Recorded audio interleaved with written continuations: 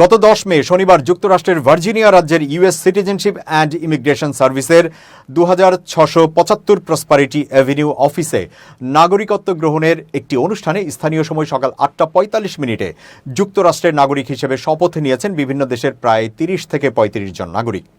দেশভেদে নাম ডাকা হলে বাংলাদেশি অংশে দাঁড়ান 3 জন। তাদের মধ্যে থেকে একজনকে শনাক্ত করেন প্রবাসী লেখক ও অনলাইন অ্যাক্টিভিস্ট পিনাকি ভট্টাচার্য।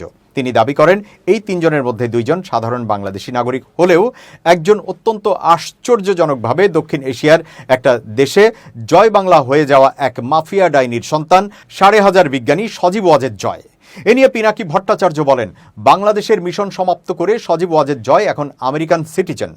আমেরিকার সংবিধান রক্ষার শপথ নিয়েছেন তিনি, অথচ যারা দিনরাত আমেরিকার সমালোচনা করেন তাদেরই একজন এখন সেই দেশের নাগরিকত্ব নিচ্ছেন। তিনি আরও বলেন, আওয়ামী লীগের মুখে আমেরিকার বিরোধিতা আর বাস্তবে তাদের নেতাদের এই দ্বিচারিতা স্পষ্ট। জয়ই তার প্রকৃষ্ট উদাহরণ।